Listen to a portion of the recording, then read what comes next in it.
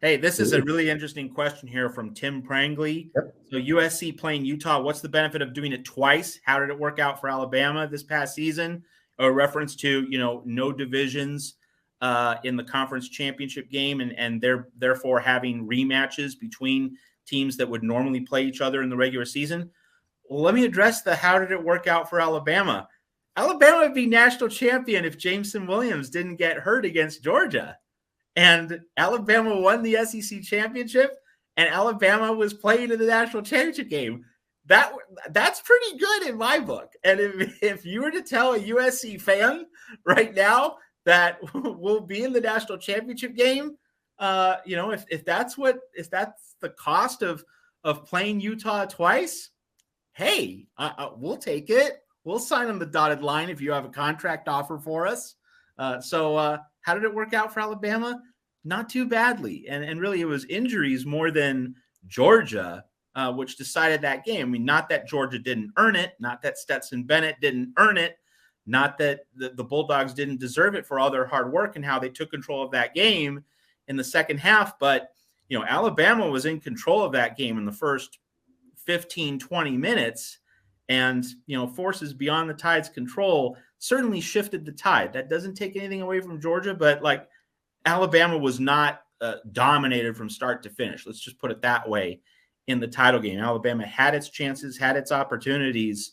So if that's the sticking point in terms of playing a conference opponent twice in the regular season, hey, USC fans certainly should not be worried about that. If losing in the national title game becomes a recurring thing at USC, the 2006 Rose Bowl was a traumatic experience for USC fans. There's no question about it. It still stings 16 years later. But if that becomes the new normal, hey, we'll sign up for that. We can take that. We've lived through Clay Helton for 7 years. With that, we lived through Lane Kiffin. We lived through Sark. We lived through 7-loss Sark, who's now at Texas. We'll take being number 2 in the country on an annual basis. We'll accept that. Yeah. Deal with that issue when it becomes an issue. If it becomes a first world problem. We are up for that here at USC. Believe me. My take on the whole Georgia-Alabama situation without the two receivers, Mechie and then Williams, is that you can't discredit Georgia. They won the national championship fair and square. It wasn't like there was some blown call at the end of the game or anything like that. Is it reasonable for an Alabama fan to say, hey, I think we would have won the national championship if we had John Mechie and Jameson Williams? Absolutely.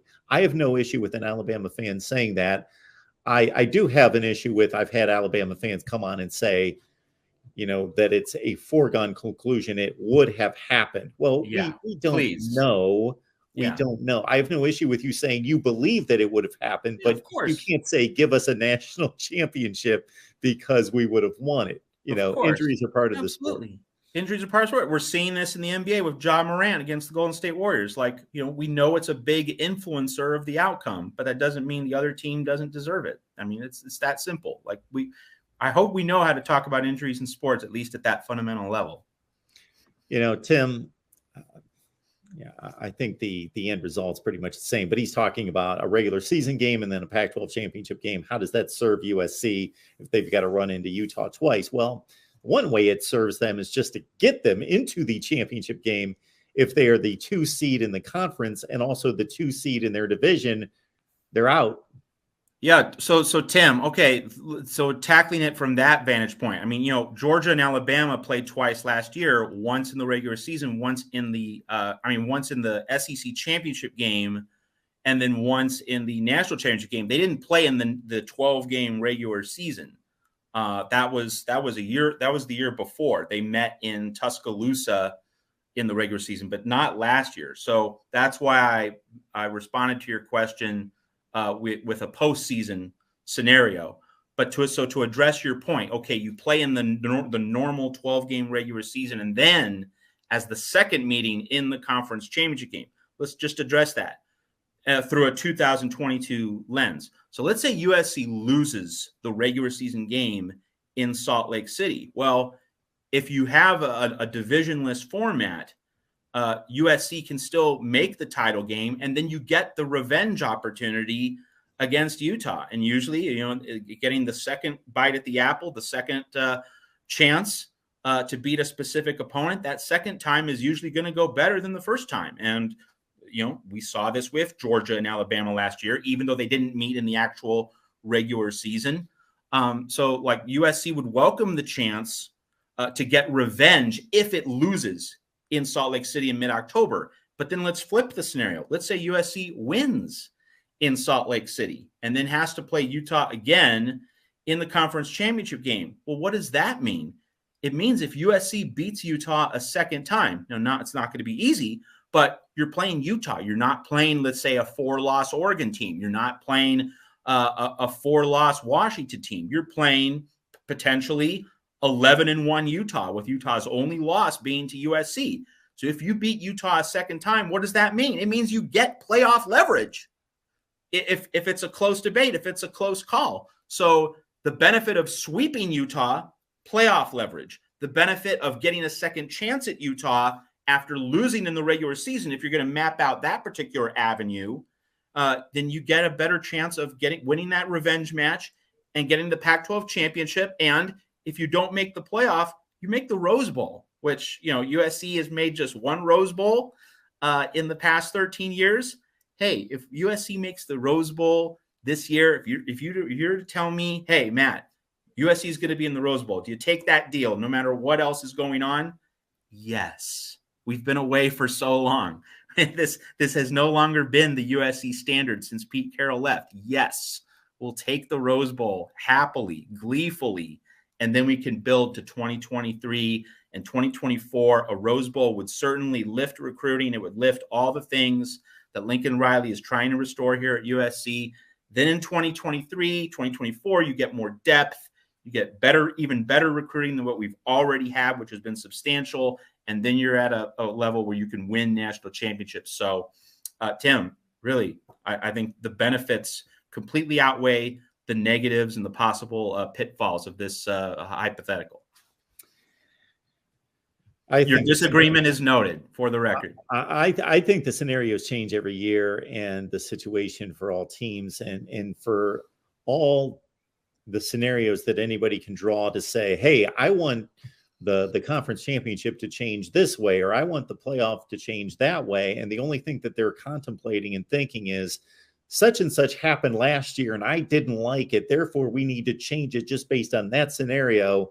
That is not being forward thinking and taking all variables into account. It's one of the great trap doors in college football argumentation and debate, because one year, you're the 1-loss conference champion, and next year, the other team is, and you have the 2 losses, but the better strength of schedule. That's like the LSU Oregon debate from about a decade ago, or also Stanford, Oregon and Stanford had some debates as well along those lines. Yeah. So what happens one year, next year it boomerangs back and you're on the other side of the fence, and you're just left there arguing the other position that, 12 months earlier you were defending. That goes nowhere. You have to deal with broader architectures and more consistent principles in college football argumentation.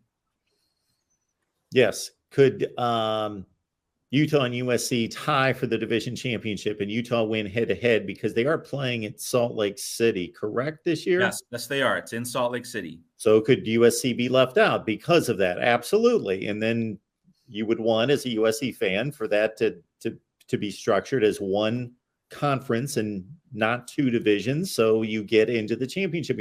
Can it be another year in which USC is the best team in the conference and Utah's the second best team in the conference, and USC would have to beat them twice, and that would be a difficult assignment, versus playing, there are all sorts of structures in which we see the third best team in a conference be decidedly worse than the second best team. Sure, it can work both ways. Absolutely. Yep. Uncle Rico, this is a very interesting point. So Utah went toe-to-toe with the best offense in the country last year. They will handle USC this year. Well, first off, it's in Salt Lake City, probably going to be a night game. It's very hard to win in Eccles Rice Stadium at night. So, hey, Utah is probably going to be like a field goal favorite entering that game, and it certainly would not be a surprise if Utah beats USC. But I will make the point, as I've made before, that Utah was able to crush an opponent with Anthony Brown at quarterback. We're talking about Oregon. And Caleb Williams is a totally different league of quality and brilliance for a defense compared to Anthony Brown. And I just think that level of elevation in talent is so stratospheric that that's going to give USC a real chance against Utah. And nothing against Cam Rising, like he was terrific. And of course, he relieved Charlie Brewer, stepped right in, instantly transformed that offense. Like Utah was a juggernaut on offense in the latter half of the Pac-12 season. So that is certainly an offense which could tear USC's defense to shreds. But if it's a pure firefight, if it's a computer game, if it's like one of those Baker Mayfield, Patrick Mahomes, Big 12 style shootouts where we get into the 50s, like I like Caleb Williams' chances against Cam Rising. And that's not a knock on Cam Rising. It just is a testament to my belief that Caleb Williams has the higher ceiling.